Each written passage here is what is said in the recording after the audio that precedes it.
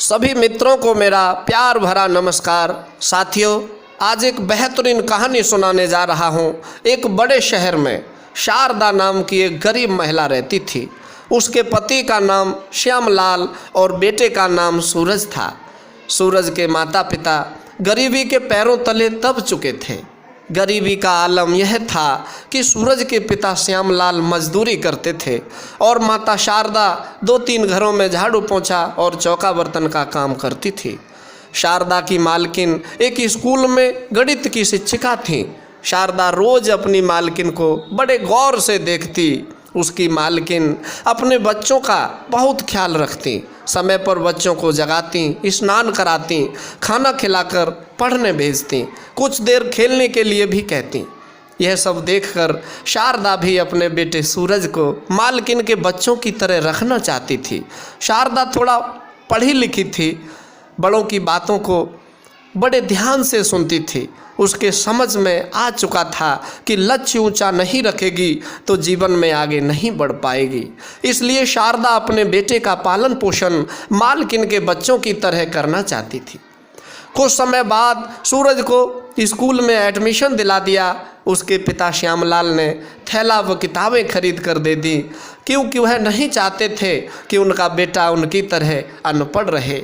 सूरज बहुत ही सरल स्वभाव का था, अपने माता पिता का आज्ञाकारी बेटा था। सूरज दिन रात एक करके पढ़ाई करता था, क्योंकि अब वह समझने लगा था कि उसके माता पिता कितना कष्ट सहकर उसके लिए किताबें लाते हैं, स्कूल की फीस देते हैं। अपनी लगन और मेहनत से वह अपनी क्लास में प्रथम आने लगा और बहुत जल्द अपने गुरुजनों का प्रिय बन गया। स्कूल का काम समाप्त करने के बाद वह अपनी माँ की मदद करने चला जाता था, लेकिन शारदा उसे खेलने के लिए भेज देती। शारदा के मिलने वाले उसका उपहास उड़ाते थे, कहते थे कि पढ़ना लिखना बड़े लोगों के चोचले होते हैं, हम छोटे लोगों के नसीब में तो मेहनत मजदूरी ही होती है।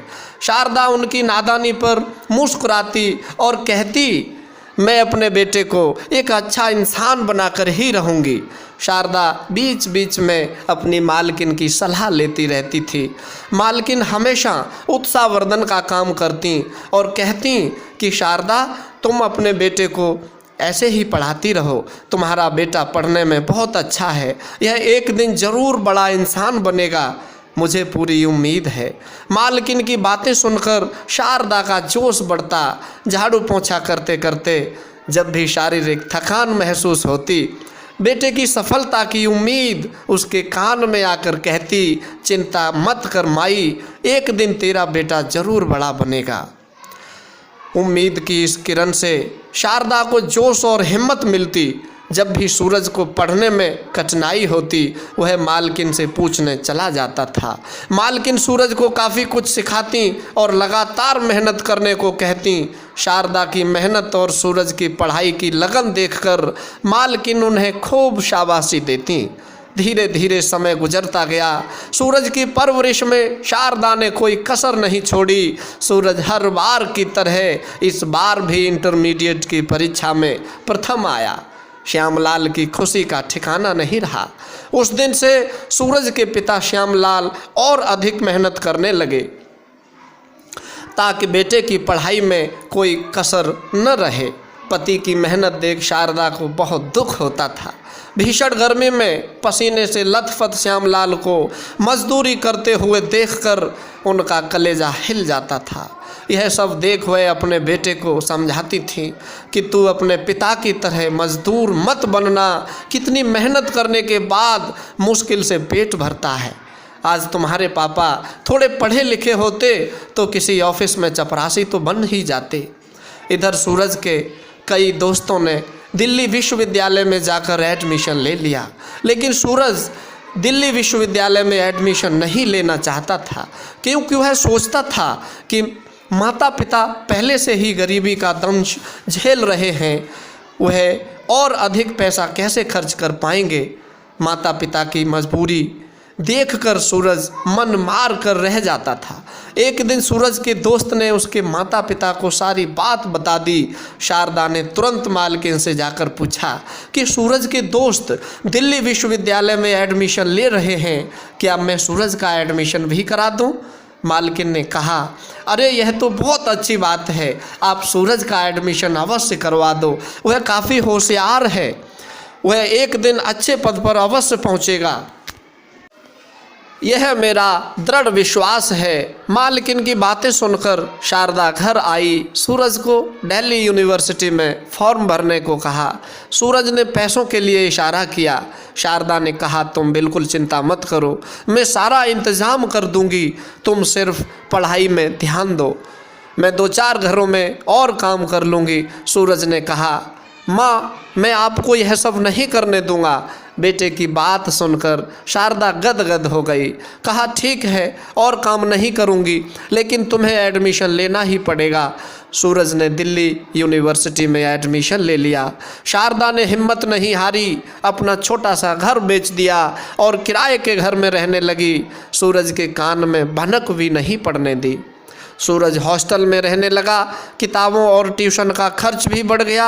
श्यामलाल आर्थिक तंगी से निराश हो चुका था, परंतु शारदा ने हिम्मत नहीं हारी। वह उसी दिन की सोचती थी जब उसका बेटा एक बड़ा आदमी बनकर आएगा, वह कितनी खुश होगी।